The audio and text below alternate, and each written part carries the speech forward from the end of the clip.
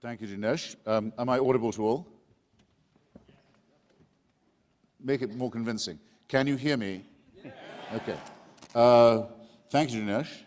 Dinesh is quite right to have said to you that there's no element of prearrangement in any of our debates. We've never concerted or compared notes before starting, and I hope we never will. We've never given the same speeches twice. We've sometimes repeated each other and each other's arguments, but there must have been an energy leak somewhere this evening because he wanted to praise me and my fellow atheists for our compassion. There must be some mistake here, at least in my case. One of the very few times I've ever felt like being a Christian is when reading how the early church fathers lost for an account of why it is fun to be in paradise. The alleviation of the first 100 million years of saying thank you, for example.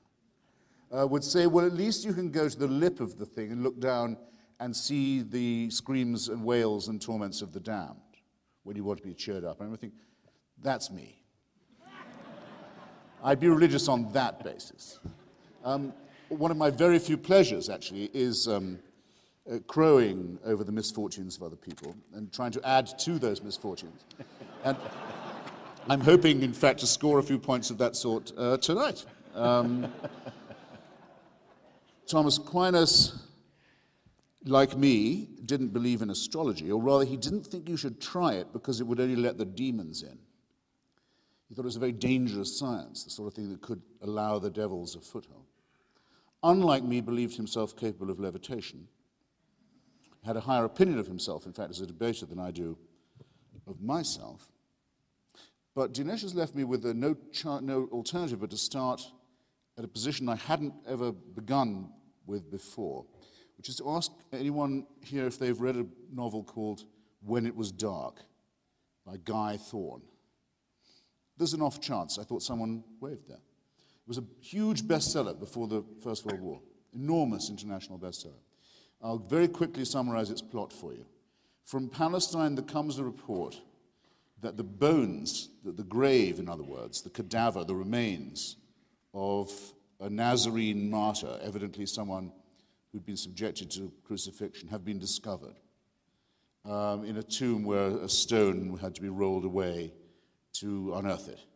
And more the rumor is believed and reported in international press that the mortal remains of Jesus of Nazareth have been found. What are the consequences? Well, the consequences are just what you would expect. People start having sex in the streets. They don't care for family values anymore. They dissolve the ties of kinship that bond them with their own relatives, indeed with other human beings. They steal, they rob, they cheat, they lie. All restraint is gone. And it's only by the miraculous discovery that all this initial story is a fraud, put around by Jews and secularists and Freemasons and other riffraff, that morality is restored to the human race. I recommend a reading of this piece of trash novel, which makes the Da Vinci Code or the Left Behind series seem like Proust or Balzac or George Eliot.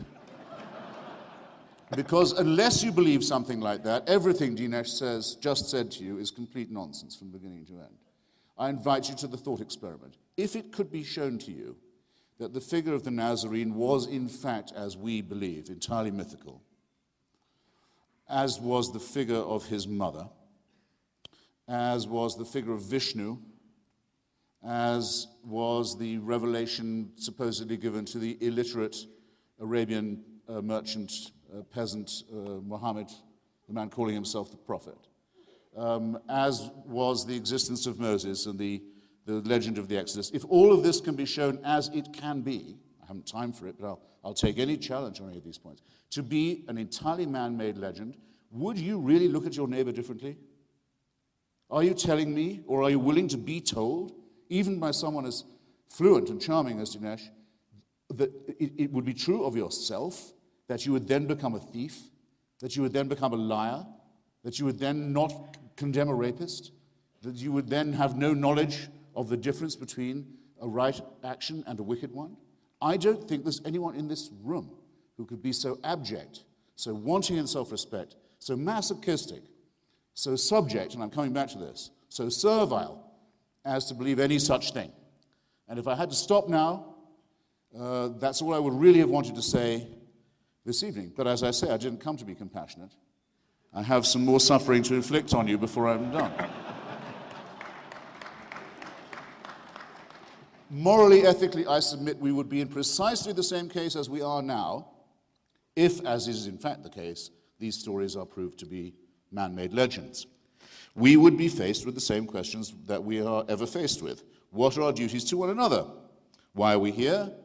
Does our existence have a meaning or a purpose or a pattern beyond what we can discern? How can we build the just city? Does our presence here have a point? These questions predate monotheism, were debated very earnestly in schools of philosophy in the Mediterranean long before monotheism was inflicted upon us. And these questions would remain as urgent, and they would have to be posed again and anew in every generation if monotheism were by chance to decline, as it has been doing, or even to pass away, which I don't think that it actually will. The same would be true if polytheism was to undergo a similar collapse. Now, the believers say that the problems I've just mentioned don't really exist. They're only problems in the mind of philosophers. The question of how to be moral and why has already been decided. Dinesh, I think rather too tolerantly, said that he had an open mind on matters of faith.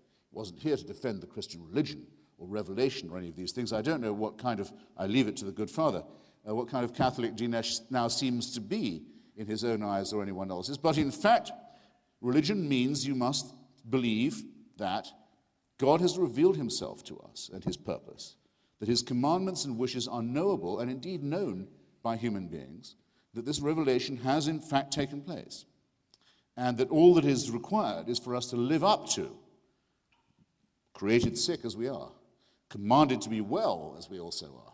What kind of dictatorship creates you ill and then orders you to recover? I'll come back to that. But created sick as we are, our duty is simply to live up to these preachments, this revelation. That is what religion means to me. If anyone wants to stand up and say it's not what it means, I'll take the question. I can't wait for it, in fact.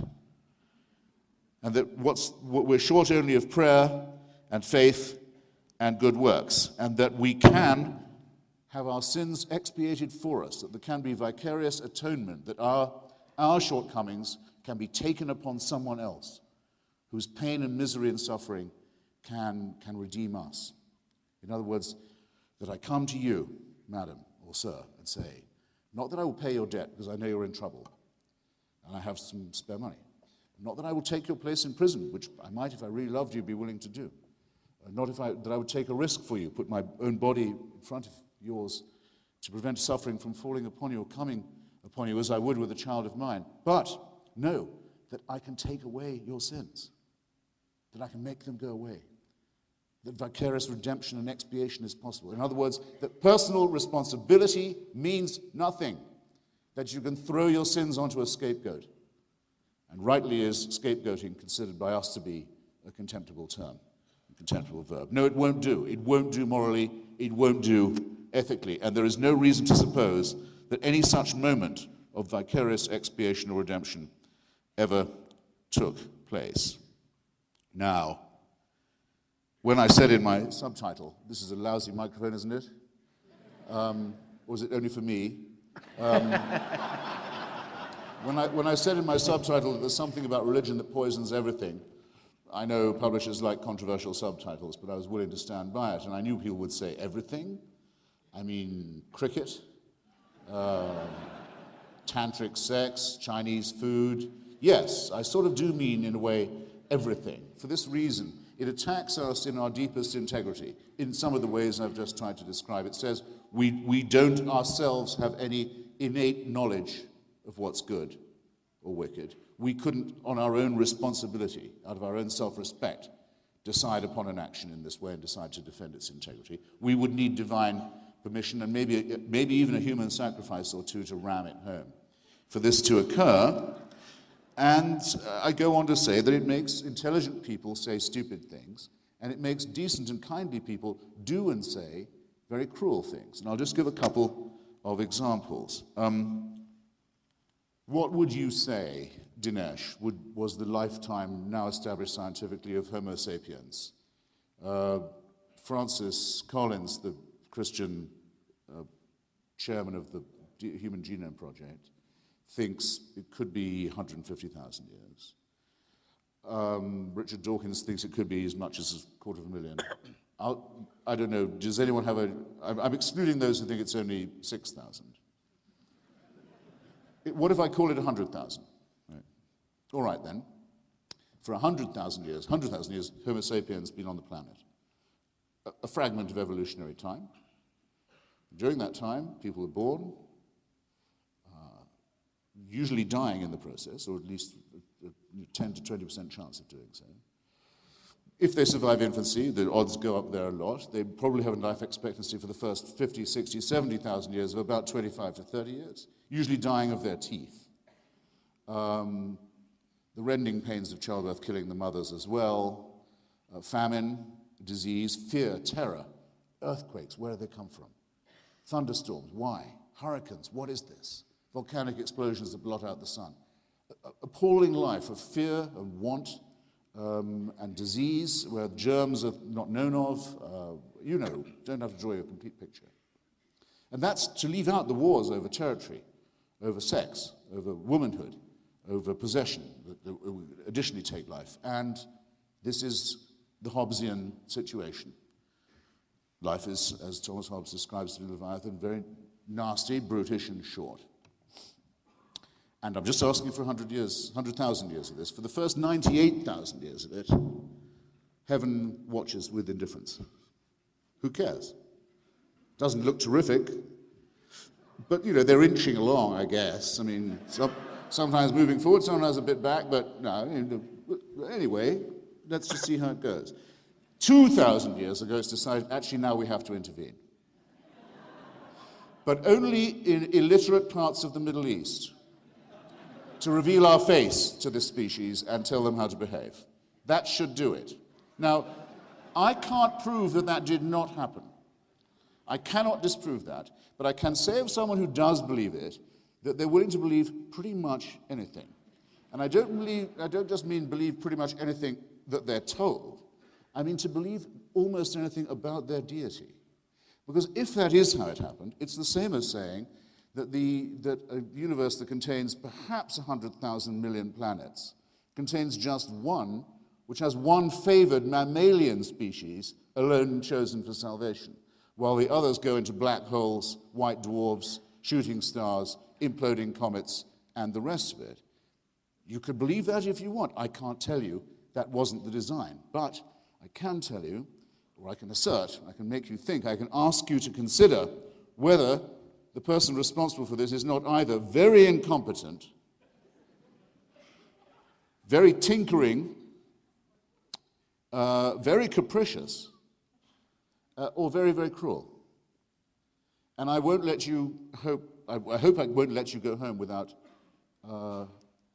leaving these questions in your mind. I'm not going to answer them for you. I'm going to hope I've placed them where you'll have to think about answering them for yourselves. And I see my time is very nearly exhausted. In other words, I think that our morality is innate, our ethics are innate to us, as they are in other mammalian and primate species. It's observable that there are solidarities, there are ways of group behavior, family function and so forth that make it clear that without this kind of evolution we wouldn't be having this discussion. We wouldn't be here if we only looked out for each other, and other primates and mammals know this too.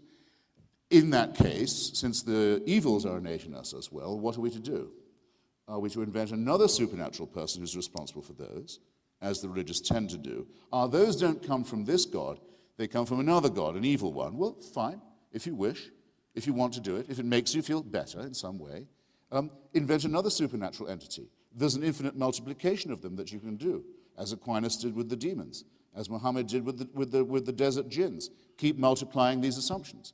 But how long can a healthy mind be satisfied with the infinite replication of supernatural assumptions when the natural world explains itself, and when we already have enough explanation for why people are encoded and programmed the way they are, and where our knowledge of that is increasing all the time? What is, and I'll close on this and I'll be quick, What we risk if we take the supernatural route is the idea of an unchangeable, unalterable authority, one apparently benign, one apparently wicked, both of them eternal, both of them unchanging and unchangeable, and ourselves as their playthings and their objects and their raw material.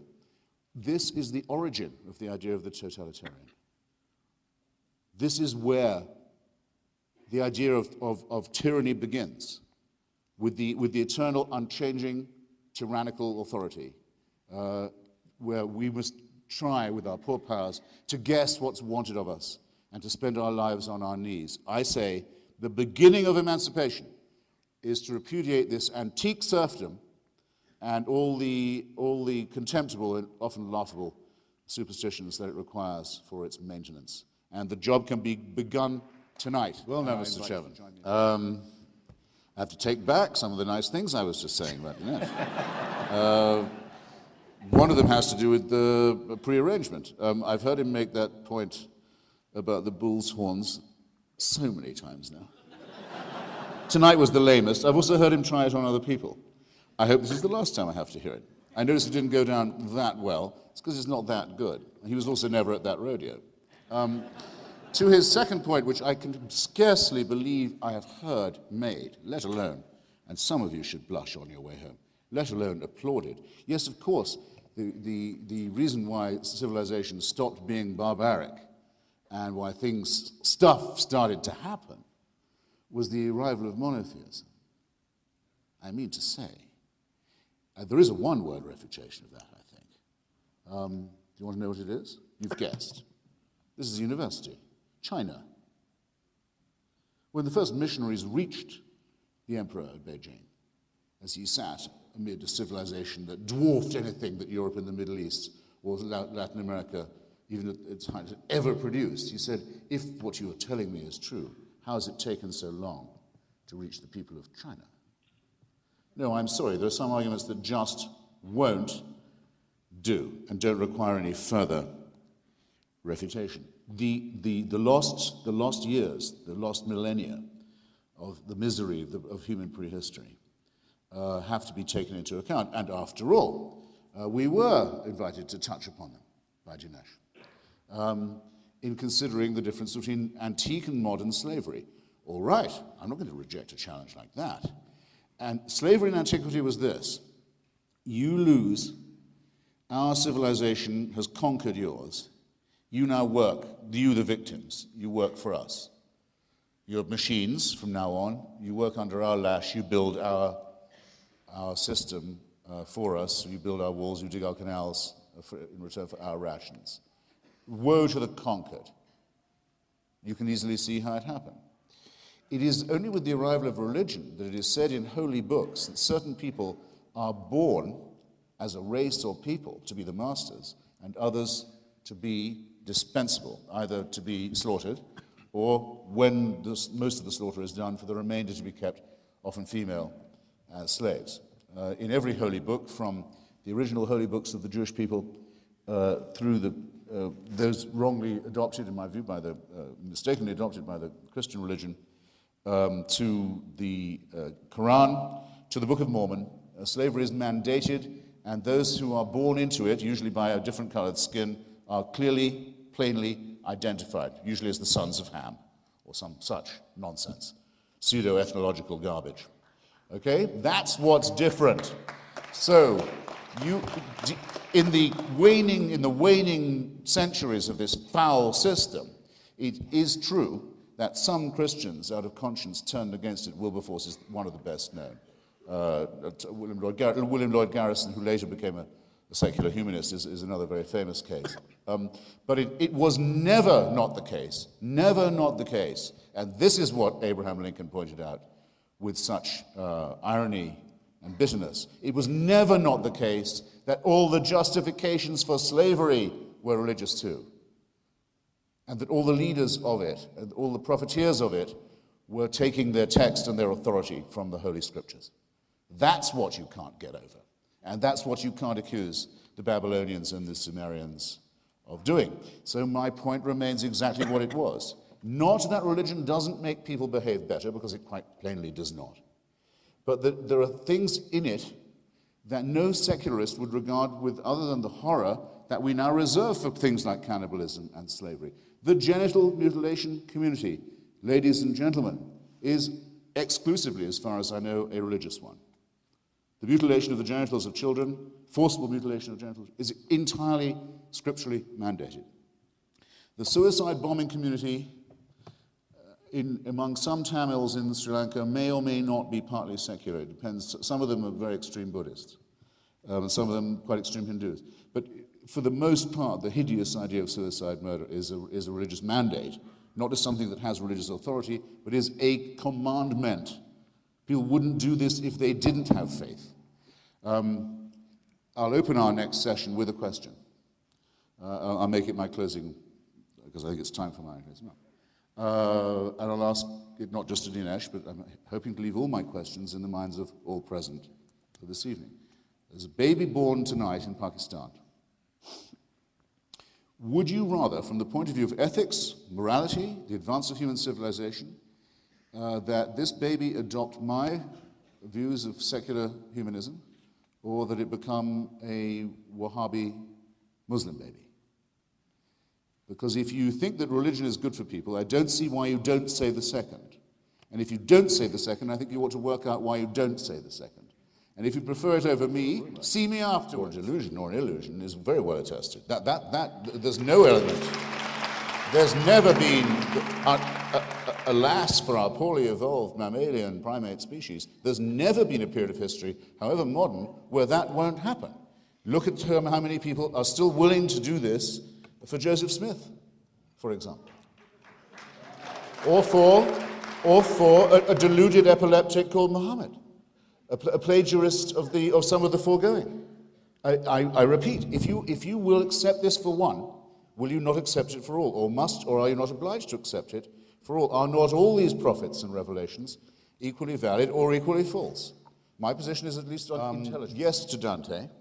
Made him waste a lot of his talent on descriptions of hell. Very gloating, very poorly written, sadistic accounts of what happened to people who he didn't agree with. That was a real waste of his talent. What about Shakespeare? Was he in the same league? Ruined by religion? No, with Shakespeare, well, I'm forced to the belief that if he wasn't himself a secret Catholic, he was probably from a closet Catholic family, and that there's some intriguing evidence in his work of the practice of the ancient Mass and so forth, and that's worth knowing, but it neither adds nor subtracts anything to his talent, and that when someone writes, when in disgrace with fortune and men's eyes, I all alone beweep my outcast state, and trouble deaf heaven with my bootless cries, and look upon myself and curse my fate, wishing me like to one more rich in hope, featured like him with friends possessed. You want to ask two things. One, who is this person of whom Shakespeare is jealous? Who is this man he wishes he was? Who is the man who has so many more talents, more friends than him? And second, he got it right about deaf heaven and troubling it with his bootless cries. He knew what despair was. He knows that the realization that you must begin with is that the heavens are empty and that we have to deal with each other here on earth, and this is the only life we have. Otherwise, we wouldn't need Shakespeare. Excuse me, the person I was just quoting was Shakespeare. That's one of his sonnets. Yes. It's not a character from a play, as you should know. The sonnets are It's all... him reflecting upon his own condition. Now, my life, I'm willing to admit, my own life, which is mainly devoted to the question of language, is inconceivable without, say, the King James version of the Bible, sometimes not by the Aquinas group, but by others called the authorized version of the Bible, and by the Cranmer Prayer Book, which falls somewhere on the Protestant Catholic frontier, and other things. I couldn't imagine my life without being able to call upon verses and staves of this, or in fact without being visited by them when I didn't even call upon them. But that doesn't mean that my morality comes from that, or that I need the permission of the church by law established in Canterbury to think moral thoughts.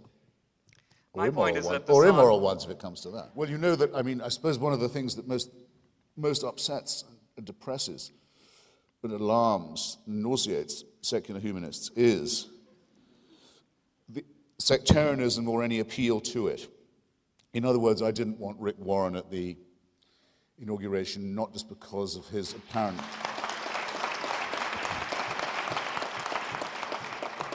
not just because he's a boring fat dunce and so on, but because and not because he's not inclusive enough about gay people, because he doesn't have to be inclusive about that if he doesn't, but because he was openly willing to say to a Jewish woman who asked him in public, could she too go to heaven or come to heaven? No, you can't. Now, I don't see how he can't say that. I'm throat clearing Dinesh in this way because I want to ask you something, and it's another question I want to lodge in the minds of others present here this evening. To be a Roman Catholic is not to believe that religion is a good idea, all right, or that God is a good thing, or that the Bible contains some true stories. It is to believe those things too, but it is to hold the belief that if you're not a Roman Catholic, you're not going to be saved. Now, so I'm asking you, and we now have a fresh occupant of the Holy See, Mr. Ratzinger, as he'll always be to me, who is increasingly determined to restore the doctrine of ex ecclesia nulla salus, that there is not just the church, but there's one church, one true church. Well, I'm going to ask you anyway, and you must have asked yourself, and I'm going to ask everyone else present for their consideration. Do you think that's true or not?